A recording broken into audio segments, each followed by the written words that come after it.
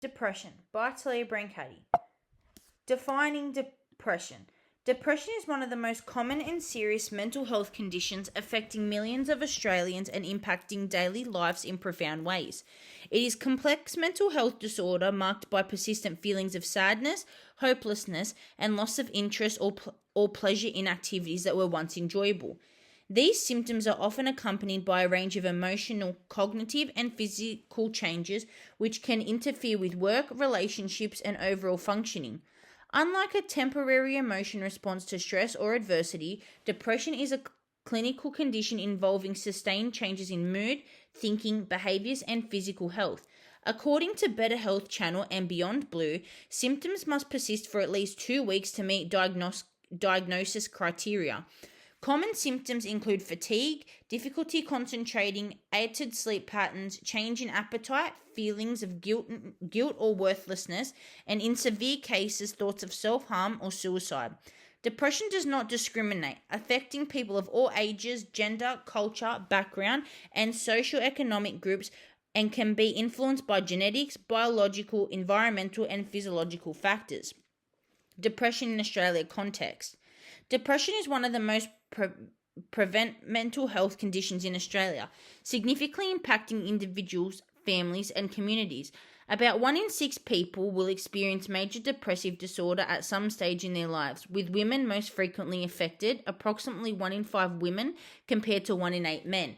The Mental Health Council of Australia reports that around 2.1 million Australians, or 9.3% of the population, experiences some form of depression, making it considerably a public health concern.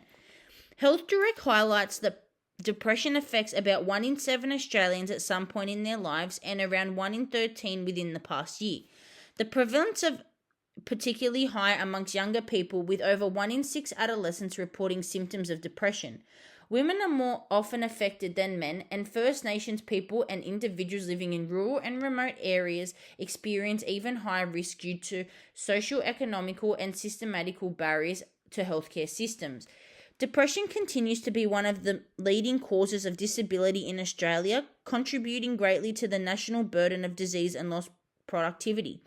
According to the Black Dog Institute, mental health conditions affect around 20% of Australians aged 16 to 85 annually, with younger people aged 16 to 34 experiencing higher levels of physiological distress. Depression is particularly common amongst adolescents and young adults aged 12 to 25, a group facing significant development, social, and emotional challenges. Despite the high prevalence, about 54% of people living with a mental health illness do not access appropriate treatment, often due to stigma, limited awareness, or difficulty in early detection. Improving mental health literacy promotes help-seeking behaviors, and enhanced accessibility of mental health services are essential steps in addressing this widespread issue. Risk factors for depression.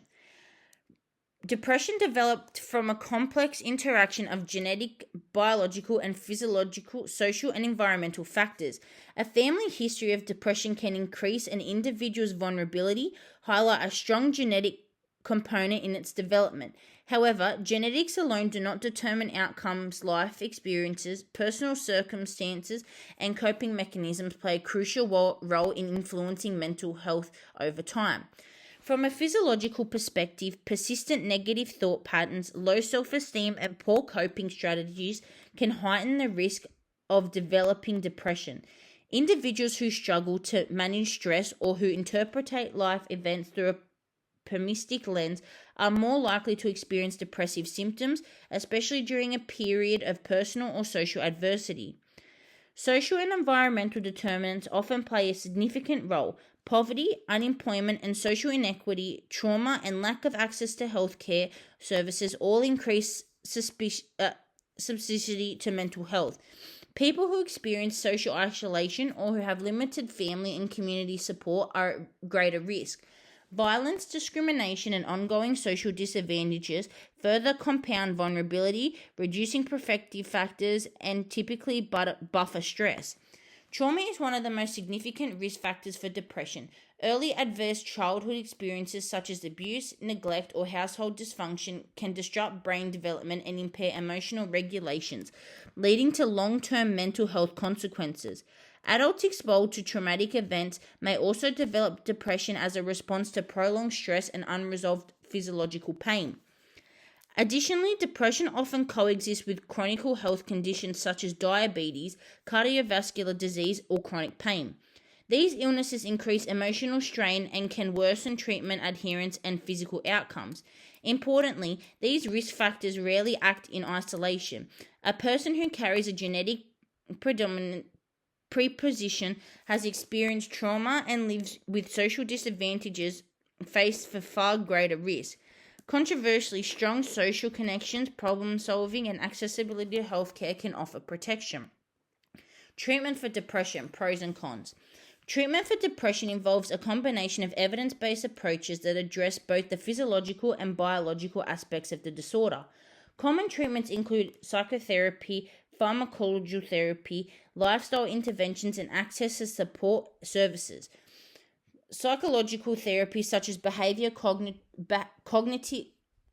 behavior therapy and interpersonal therapies help individuals understand and change unhelpful thinking and behavior patterns while developing coping strategies to manage stress and prevent relapse.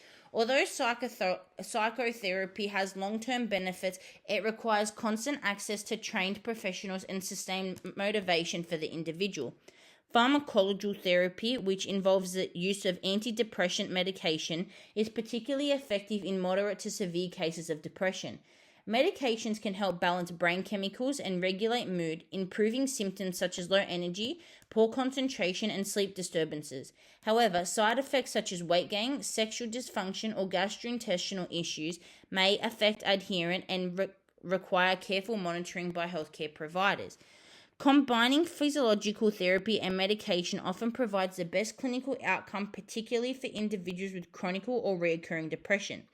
In addition to the traditional treatments emerging, approaches like online therapy platforms, peer support networks, and digital mental health programs are improving accessibility for all those in remote and unserved areas. However, these new modalities may lack the personalized care provided in a face-to-face therapy setting. Interactions of trauma with depression. Trauma plays a major role in the onset and persistence of depression by disrupting emotional regulations, increasing stress sensitivity, and reinforcing management patterns of thought and behavior. Individuals who experience trauma-related depression often persist with more severe and complex symptoms such as dissociation, substance misuse, or co-occurring post-traumatic stress disorder. These cases require more of a specific approach and recognize the profound impact of trauma on mental health and emphasizes safety, trust, and the prevention of re-traumatization in treatment settings. Trauma-informed care acknowledges the connection between past experiences and current medical health changes, ensuring that therapeutic environments are supportive, empowering, and sensitive to individuals' needs. Effective treatment integrated depression management with eye movement desensitization and repositioning, and the interpersonal therapies. These interventions aim to reframe traumatic memories, build resilience, and strengthen coping mechanisms. Integrated approaches that combine physiotherapy, pharmacological therapy, and strong social or community support provide the most comprehensive outcome.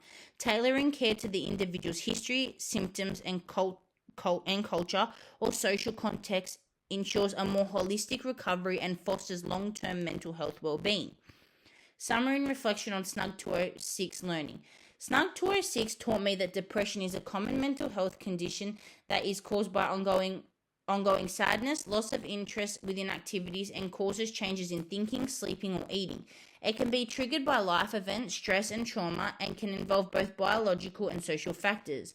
Nurses play a very important role by recognizing depression and supporting patients to encourage healthy habits and treatments like therapy and medication when needed. Course SNUG 206 showed me the importance of being able to understand a person's background, working with families, and being able to provide care that is empathetic and practical, not just all medical. This examination of depression has revealed its widespread that has impacted on Australians across all demographic and its complete risk factors, including trauma and the multifactors of treatment that are approached when it is addressing it. Snug 206 has deepened my understanding of mental health as a biological condition that has emphasized the importance of integrated care and trauma-informed practices in its outcomes for people living with depression.